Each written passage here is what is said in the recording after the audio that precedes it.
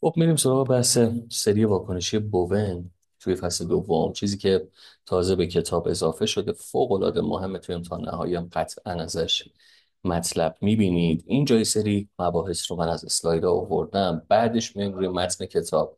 متن کتاب رو کامل میخونیم، اون چیزی که مهمه متن کتاب طبیعتا، ولی خب اسلایدها به فهم سری واکنشی بوون کمک میکنه. اول از همه بیایم یه سری چیزها رو حفظ کنیم، چیزهایی رو که باید حفظ باشید. یه سری ناپیوسته داریم، من کامل توضیحش رو میدم، فقط فعلا میخوام حفظی ها رو داشته باشید. سمت راست سری پیوسته رو داریم، سمت چپ سری ناپیوسته. ناپیوسته از اسمش مشخصه، ما یک سری موارد رو، یک سری کانی ها رو به ترتیب باید از بالا به پایین بلد باشیم. ما از دمای بالا، دمای زیاد، داریم میایم به سمت دمای پایین. یعنی نقطه انجماد هر کانی بالاتر باشه، اول از همه انجماد پیدا میکنه و به صورت بلور جدا میشه. یعنی من از دمای بالا میام دمای پایین، دما رو هی دارم کم میکنم، میرسم به نقطه انجماد اولین کانی، یعنی اولیوین در سری ناپیوسته. باید همه اینها رو به ترتیب بلد باشم. من میگم all people are beautiful. حالا این چی رو داره میگه؟ من میگم همه مردم زیبا هستن. اولیوین، پیروکسن، آمفیبول و بیوتیت که اسم دیگهش میکای سیاه هست. پس سری ناپیوسته all people are beautiful. اول اولیوینه که جدا میشه، بعد پیروکسنه، بعد آمفیبول، بعد بیوتیته. سری پیوسته توی چاپ 403 یه رمزی داشتم، گفتم کسی در پلاژ نیست. کسی در پلاژ نیست.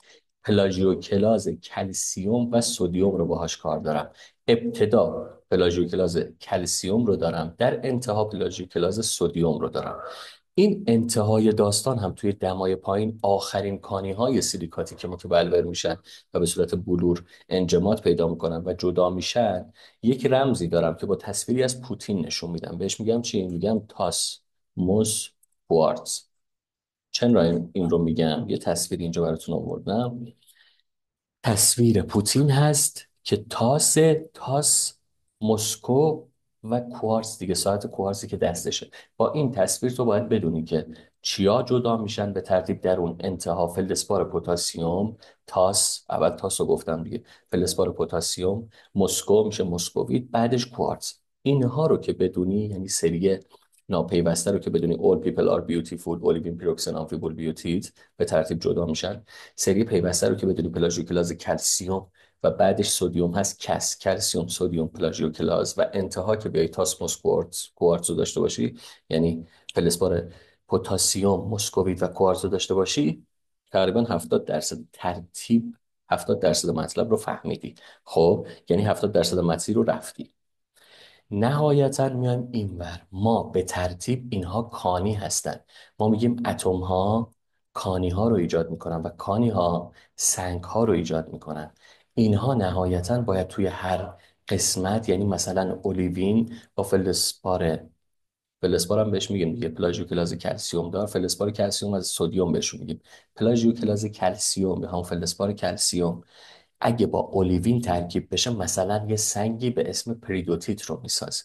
اینها رو هم باید بدونی که آذرین درونیش چی هست، سنگ بیرونیش چی هست. مثلا پریدوتیت در درون، در بیرون کماتیت رو میسازه. گابرو در درون بازال.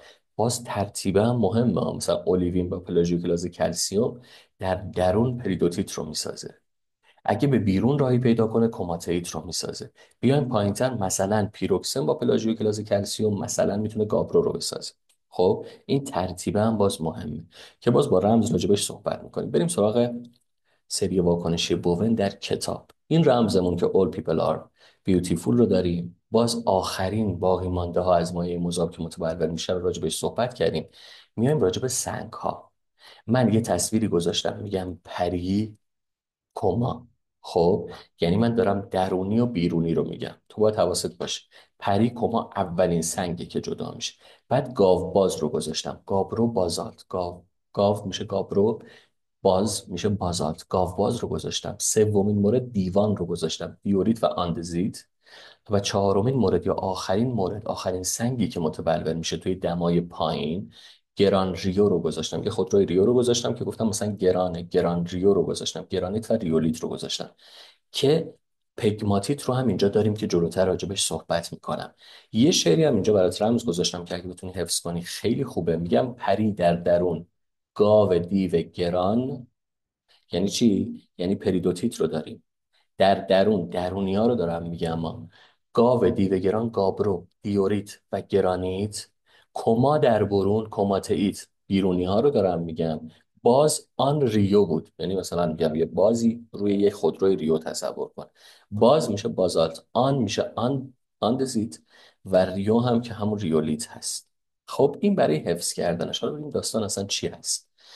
ما سری واکنشی بوون رو اول روی اسلاید بررسی می‌کنیم، بعد میریم روی متن کتاب درسی. میگه توالی تشکیل کانی‌های سیلیکاتی از ماگمای در حال انجماد رو میگن سری واکنشی بوون. به صورت کلی کانی‌ها به روش‌های مختلف ایجاد میشه. بعضی از کانی ها که کتاب ما راجبش میگه سیلیکات ها رو من دارم بررسی میکنم، همون هایی که SO4 4 بار منفی رو دارن و با 4 بار مثبت خنثی میشدن و در انواع سنگ های آذرین رسوبی دگرگونی وجود داشتن، اونایی که بیش از 90% بودن توی پوسته جامد زمین، راجب اونها میگم برخی از اونها سیلیکات ها حاصل تبلور مواد مذاب ماگما در حین سرد شدن هستند. یعنی اون ماگما ماده مذاب سرد میشه، متبلور میشه، حالت بروری پیدا میکنه و این کانی ها رو ایجاد میکنه. حالا آقای بوون اومد راجع به نحوه انجماد ماگما، اینکه این ماگما ماده مذاب چطور سرد میشه و به ترتیب کدام کانی های سیلیکاتی بلورین میشن و جدا میشن از این ماده مذاب، یعنی ترتیب تبلور کانی های سیلیکاتی. یه مطالعاتی انجام داد، بهش گفت سری واکنشی بوون. پس من دارم ترتیب تبلور کانی های سیلیکاتی رو بررسی میکنم. یه سری ناپیوسته دارم، مثلا میگم all people are beautiful، اولیوین، پیروکسن، آمفیبول و بیوتیت به ترتیب دارن جدا میشن، با کاهش دما متبلور میشن.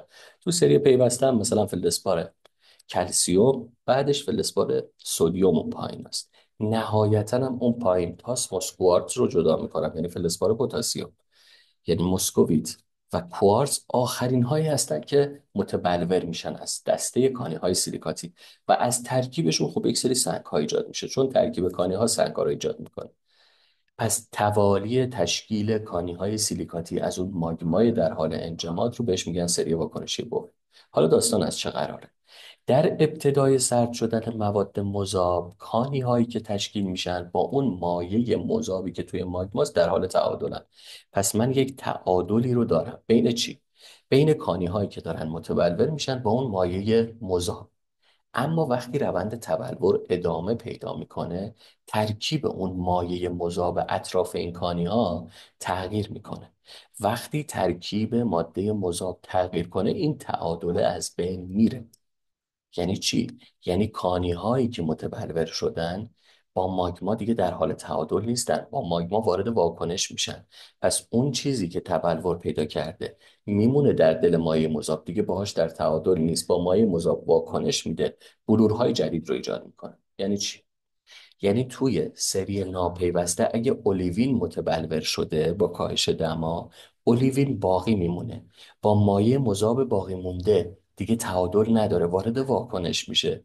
اولیوین اول پیپل، پس پیروکسن رو میسازه. پیروکسنی که متبلور شده با مایع مذاب باقی مونده وارد واکنش میشه، اول پیپل آر آمفیبول رو میسازه. آمفیبول با مایع مذاب باقی مونده وارد واکنش میشه، all people are beautiful، بیوتیت یا میکای سیاه رو میسازه. پس کانی های متبلور شده در مجاورت ماگما باهاش وارد واکنش میشن، هی کانی های جدیدی رو میسازن. این از این. حالا اگر کانی بعد از تشکیل، یک بار دیگه داریم متن رو مرور میکنیم دیگه، در مجاورت مذاب باقی مونده قرار بگیره، با مایع وارد واکنش میشه، کانی هایی با درجه حرارت پایینتر رو میسازه. چون از اولیوین میومدیم میره هر چقدر پایینتر، all people are beautiful، تا بیوتیت میومدیم، همینطور درجه حرارت رو داشتیم کاهش میدادیم دیگه. این وضع تا پایان انجماد ماگما ادامه داره. پس اولین کانی چیه؟ هنگامی که دمای ماگمای مذاب به حدود 1300 درجه سانتیگراد میرسه، و این بالاترین دما 1300، داریم میایم پایین‌تر دیگه، تا 700 میخوایم برسیم. اون اولاش اولیوین به عنوان اولین کانی شروع به تبلور میکنه. تو سری ناپیوسته به صورت همزمان پلاژیوکلاز کلسیوم دار پس من سری ناپیوسته رو میخوام، سری ناپیوسته رو اولیوین رو راجبش صحبت کردم. حالا بریم توی سری پیوسته. تو پیوسته فلزپار کلسیوم یا پلاژیوکلاز کلسیوم دار تشکیل میشه. پس توی ناپیوسته اولیوین، توی پیوسته پلاژیوکلاز کلسیوم دار. حالا اولین سنگ چطور ایجاد میشه؟ گفتم اتم ها کانی ها رو میسازن، کانی ها سنگ ها رو. پس من یه کانی اولیوین این ور دارم، یه دونه پلاژیوکلاز کلسیوم دار سمت سری ناپیوسته، میخوام سری پیوسته دارم، پس اصلاح میکنم اینجا رو، یه ذره حواسم پرت شد. اولیوین سری ناپیوستمه، چون اولیوین پیروکسن هی دارم جدا جدا میرم دیگه. سری پیوستم هم که پلاژیوکلاز کلسیوم دار بود. پس این کانی ها در کنار هم اولین سنگ رو میسازن. از مجموع اولین کانی ها اولین سنگ درونی درشت بلور، خب گفتم پری در درون دیگه، پس پریدوتیت ایجاد میشه. حالا اگه شرایط برای رسیدن این ماگما به سطح زمین باشه، این دو کانی توی سطح زمین متبلور بشن، یعنی اولیوین و پلاژیوکلاز کلسیوم دار، سنگ بیرونی گفتم پری کما، پس کماتیت بیرونیشه، معادل بیرونی پریدوتیت دیگه. اما به طور معمول کتاب ما، حالا کتاب که راجبش صحبت نمیکنه، فراتر از اون داریم میگیم که شرایط برای تشکیل چنین سنگی تو سطح زمین فراهم نیست. حالا دومین کانی چه زمانی ایجاد میشه؟ اگر اولیوین در مجاورت ماگما گفتیم قرار بگیره، با اون مایع مذاب باقی مونده واکنش میده، دومین کانی سری ناپیوسته که گفتم دونه دونه داریم میریم جلو، چی بود؟ پیروکسن بود. حالا دومین سنگ چطور ایجاد میشه؟ اولیوین با اون پلاژیوکلاز کلسیوم دار همراه مقداری پیروکسن میشه سنگ بیرونی ریزبرول بازالت. خب من چی رو داشتم؟ گاوباز رو داشتم تو دومیه دیگه، سنگ گاوباز. گابرو رو داشتم و بازالت رو داشتم. اگه بیرونی بود میشد بازالت، اگه درونی بود میشه گابرو. چرا؟ چون گفتم پری در درون، گاو دیو گران. پس گابرو درونی بود. حالا سنگ های درونی هم درشت بلور هستن مثل گابرو، بیرونی ها ریز بلورن، اینم بدون. توی کتاب اومده که با ادامه تبلور ترکیب مذاب باقی مونده تغییر میکنه. میگه آقا ماگما مقدار زیادی از آهن، منیزیم، کلسیوم خودش رو از دست میده. پلاژیوکلاز کلسیوم دار که میدونیم میاد پایینتر میشه پلاژیوکلاز سدیم دار. پس اینو میدونیم که کلسیوم خودش رو از دست میده. من میگم یک آمنی هم داره که داره از دست میده. یعنی یک آهنی دارم و یک منیزیومی دارم که به مرور داره از دست میره و مقدارش کم میشه. و جالبه که سیلیس من SiO2 من به مرور زمان زیاد میشه. اینو کجا باید بدونیم؟ تاسموس کوارتز رو دارم، اون آخرش من میگم کوارتز. کوارتز ترکیبش میدونم سیلیسیه. پس به مرور که من دارم به انتهای انجماد میرم، بدیهیه که بدونم، چون اون آخرین کانی که داره متبلور میشه کوارتز هست، پس طبیعتا سیلیس باید افزایش پیدا کنه. حالا کلسیوم که داره کم میشه، آهن و منیزیم هم به مرور زمان داره کم میشه. پس ماگمای من داره آهن و منیزیم و کلسیومش رو از دست میده. از اونور سدیم داشت غنی میشد. پس از پتاسیم هم حواست باشه، اونجا تاسموس کوارتز فلزپار پتاسیم هم گفتم دیگه، از پتاسیم و سدیم داره غنی میشه. آقا آمن داره کم میشه، آمن داره کم میشه، آهن منیزیم داره کم میشه، کلسیوم داره کم میشه. از اون بر سدیم داره غنی میشه، پتاسیم هم غنی میشه. چرا؟ چون اینها تا حالا وارد ترکیب کانی های اولیه نشده بودن. مقدار سیلیس هم که گفتم به مرور زمان داره تو ماده مذاب افزایش پیدا میکنه. آخرین کانی چی بود؟ طبق رمزمون کوارتز بود. حالا آخرین کانی ها وقتی راجع بهش صحبت کنیم، ما میگیم بعد از انجماد قسمت اعظم ماگما، بلورهای فلزپار پتاسیم، مسکویت و کوارسن که جدا میشن. آخرین سنگ چی؟ از مجموع آخرین کانی ها، یعنی فلزپار پتاسیم، مسکویت و کوارتز، آخرین سنگ درونی که ایجاد میشه چی هست؟ گرانیت هست. من گفتم پری در درون، گاو دیو گران. گرانیت اون درونه بود. اون برم ما چی رو داشتیم؟ معادلش چی میگفتم؟ گفتم گران ریولیت رو داشتیم که معادلش پگماتیت هم هست. حالا صحبت میکنیم راجبش. اینجا فوق العاده مهمه که چطور کانی ها و سنگ های متفاوت از یک ماگما ایجاد میشن. تا اینجای کار تقریبا فهمیدیم. اوون اعتقاد داشتش که بیشتر ماگماهای اولیه ترکیب بازالتی دارن. پس ترکیب بازالتی دارن یعنی چی؟ یعنی حاوی، من گفتم آمن زیادن، یعنی آهن و منیزیم زیادن و سیلیس کمی هست. حالا وقتی دما رو کم میکنیم، به صورت تدریجی سرد میکنیم این ترکیب رو، کانی های مختلف، و چون کانی ها سنگ ها رو به وجود بیارن، سنگ های آذرین مختلف، ایجاد میشه. پس اگه جدا بشه بلورهای اولیه، یعنی این بلورهایی که ایجاد میشن اولیوین، پیروکسن و بلورهای مختلف دیگه، بیاد تو کف اتاقک ماگمایی با حرکت ماگما یا تهنشین بشه، چه اتفاقی میفته؟ دیگه وارد واکنش نمیشه. انجماد بدون واکنش با مایع باقی مونده باعث میشه که یه سری سنگ‌های آذرین جدید شکل بگیره. یعنی به مرور ما این کانی‌های مختلف رو تو کف مخزن ماگما داشته باشیم، دیگه وارد واکنش با مایع باقی مونده نشه، کانی‌های مختلف رو داشته باشیم. حالا گفته چه زمانی تشکیل ماگماهای مختلف از یک سنگ رو داریم. ما میدونیم که تو هر سنگی که بررسی میکنیم، در واقع هر کانی یک دمای ذوب و تبلور مخصوص به خودش رو داره. مثلا اولیوین توی دمای خاصی متبلور میشه، پیروکسن توی دمای خاصی متبلور میشه، و از اون جایی که بیشتر سنگ ها از کانی های مختلف با دمای ذوب و تبلور متفاوت ساخته شدن، هنگامی که یک سنگ شروع به ذوب شدن میکنه، بعضی از کانی هاش زودتر متبلور میشن، بعضیاش دیرتر. حالا وقتی راجع به ذوب سنگ صحبت میکنم، درسته اینه که بگم بعضی از کانی ها زودتر ذوب میشن، بعضیا دیرتر، بسته به چی؟ بسته به میزان دما و درجه ذوبشون. پس به خاطر این دما و درجه ذوب متفاوت، من ماگماهایی با ترکیب متفاوت دارم. چیزی فراتر از کتاب هم اینجا صحبتش شده، گفته از سرد شدن گدازه تو سطح زمین در واقع سنگ‌های آذرین بیرونی به وجود میاد که اینها سرعت تبلورشون زیاده. وقتی سریع بلور شدن اتفاق میفته، فرصت برای رشد بلور وجود نداره. زمان تبلور ما کوتاهه، بلورهامون ریز میشن، تعدادشون زیاد میشه اما اندازهشون ریز میشه. اما سنگ‌های آذرین درونی از سرد شدن ماگما درون زمین ایجاد میشن، سرعت تبلورشون خیلی کمه. مثل پگماتیت که قبلا خونید، چاپ 402 از مطالب مشترک دو کتابه. زمان تبلور طولانیه، سرعت تبلور پایینه، و اینکه زمان کافی برای درست شدن بلورها وجود داره. پس تعداد مراکز بلور، تعداد بلورهامون کمه اما اندازهشون بسیار درشت هست. این چیزی فراتر از کتاب هست اما خوبه که بدونید. اما متن کتاب، کانه ها به روش‌های مختلف تشکیل میشن، بعضی از اونها سیلیکات حاصل تبلور مواد مذاب ماگما در حین سرد شدن هستند. تا اینجا رو خوندید. در مورد تبلور ماگما مطالعاتی توسط بوون در اوایل قرن بیستم انجام شد. چه چیزی بود سری واکنشی بوون؟ تعیین ترتیب تبلور کانی های سیلیکات از یک ماگما. یعنی یک ماگما داره سنگ های مختلف رو ایجاد میکنه، کانی های سیلیکاتی سایه و چهار بار منفی دارن و به ترتیب دارن متبلور میشه.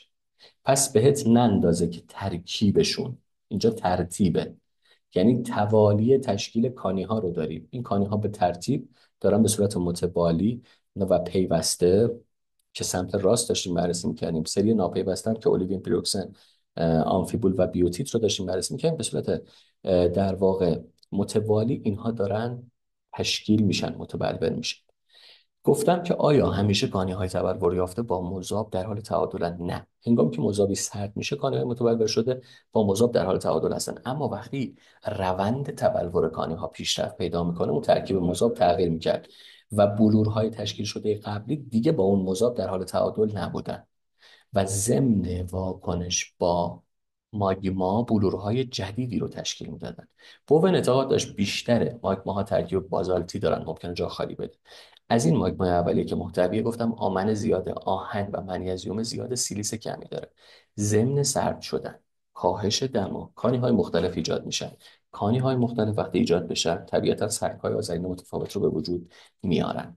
حالا بحث این هستش که چطور مطابق سری واکنشی بوون ماگماهای با ترکیب متفاوت ایجاد میشه. هر کانی گفتم دمای ذوب و تبلور مخصوص خودش رو داره. بیشتر سنگ ها از کانی های مختلف تشکیل شدن. هر زمان سنگ شروع به ذوب شدن کنه، بعضی از کانی ها زودتر، بعضی ها دیرتر ذوب میشن. بسته به چه چیزی؟ بسته به دما و درجه ذوب شدگی، ماگماهای با ترکیب متفاوت ایجاد میشه. گفتم بوون در حین آزمایشات و مطالعات تجربی خودش مشاهده کرد نخستین کانی های حاصل از سرد شدن ماگما چیا بودن؟ سمت سری پیوسته پلاژیوکلاز کلسیوم دار بود، سمت سری ناپیوسته اولیوین بود. این دوتا کنار هم جمع می شدن چی رو ایجاد میکردن؟ گفتیم چی رو ایجاد میکنن؟ اولش که صحبت کردیم، این دوتا اگه تنها بودن، ما گفتیم پریدوتیت رو ایجاد میکنن، در درون پری پوما، پوماتید در بیرون.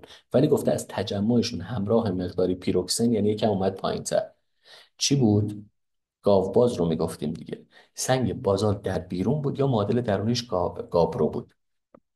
آفتاب رو در درون، بازات در بیرون. تبلور ادامه پیدا میکنه، ترکیب ماده مذاب تغییر میکنه.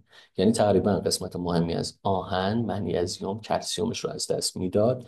در عوض اونهایی که هنوز واکنش نداده بودن، سدیم، پتاسیم غنی میشد، مقدار سیلیس تو مایع مذاب افزایش پیدا میکرد. خب اینجا گفته اگر نخستین بلورها، یعنی اولیوین، پلاژیوکلاس کلسیوم دار، اولیوین ناپیوسته بود و این پلاژیوکلاس کلسیوم داره هم پیوسته بود. میگه اگه اینا تو محلول موندن، جدا نشدن، با اون مایع مذاب باقی مونده وارد واکنش شدن، میان یه کانیهایی با درجه حرارت پایینتر به وجود میارن. همینطور وضع ادامه پیدا میکنه، توالی تشکیل کانیها ادامه پیدا میکنه و سری بوون رو میسازه. یعنی کانی اولیوین تشکیل شده با مایع مذاب باقی مونده واکنش میده پیروکسن، پیروکسن با مایع مذاب آمفیبول، آمفیبول با مایع مذاب بیوتیت، که رمزمون همینجا نوشته شده کاملا. تا اینکه در انتها بعد از انجماد قسمت اعظم ماگما، بلورهای چه چیزی از باقی مانده ماده مذاب متبلور میشن؟ عکس پوتین رو داری میبینید، تاس موس کوارتز. یعنی تاس مسکو، یعنی آقای تاسی که در مسکو بود و ساعت کوارتز دستشه. یعنی میشه چی؟ میشه فلزپار پتاسیم، مسکویت و کوارتز. ما در قسمت راست ابتدا پلاژیوکلاس کلسیوم دار رو داشتیم، سرانجام بعد از واکنش‌های متعدد رسیدیم به پلاژیوکلاس سدیم دار. حالا اینجا میاد مطرح میکنه، میگه حداقل 4 نوع سنگ، ما 4 نوع سنگ رو بررسی کردیم دیگه، با ترکیب کانشناسی متفاوت به وجود میاد. اینطوریه که ما میتونیم ثابت کنیم بر اثر جدا شدن بلورهای اولیه. یعنی چی؟ من اون بلور اولیه که میاد جدا کنم، یا خودم بیارم بیرون با حرکت ماگما، یا بره ته‌نشین شه کف مخزن ماگما. و این جدا شدنه باعث میشه که با اون مایع مذاب باقی مونده وارد واکنش نشه، باعث میشه که انجماد پیدا کنه، سنگ‌های مختلف به وجود بیان. پس من این 4 نوع رو دارم، اما اگه این جدا بشه با مایع واکنش نده، میتونم در واقع سنگ‌های آذرین مختلف رو داشته باشم. این از سری واکنشی بوون که فوق‌العاده مهمه و قطعاً خواهید داشت سوال ازش. پس ترتیب ها رو حواسمون باشه، سری ناپیوسته رو حواسمون باشه که چیا بودن، سری پیوسته رو حواسمون باشه. آخرین کانی هایی که متبلور میشن مسکوی تو حواست باشه، بهش تلق نسوس هم میگن، میکای سفید هم میگن، بیوتیت میکای سیاه هم بهش میگن. این میزان دما رو از 1300 تا 700 رو حواست باشه، رمزها رو کاملا حواست باشه که سنگ درونی، مثلا آخرین سنگی که متبلور میشه در درون گرانیت هست، در بیرون ریولیت هست. پگماتیت هم همون باز معادل گرانیت هست، کانی های مختلفش یکسان هست که جلوتر توی بحث کانسنگ ها صحبت میکنیم. رمزها رو حواست باشه، یک کدوم درونی سنگ ها، کدوم بیرونی. این ترتیب فوق العاده مهم هستش.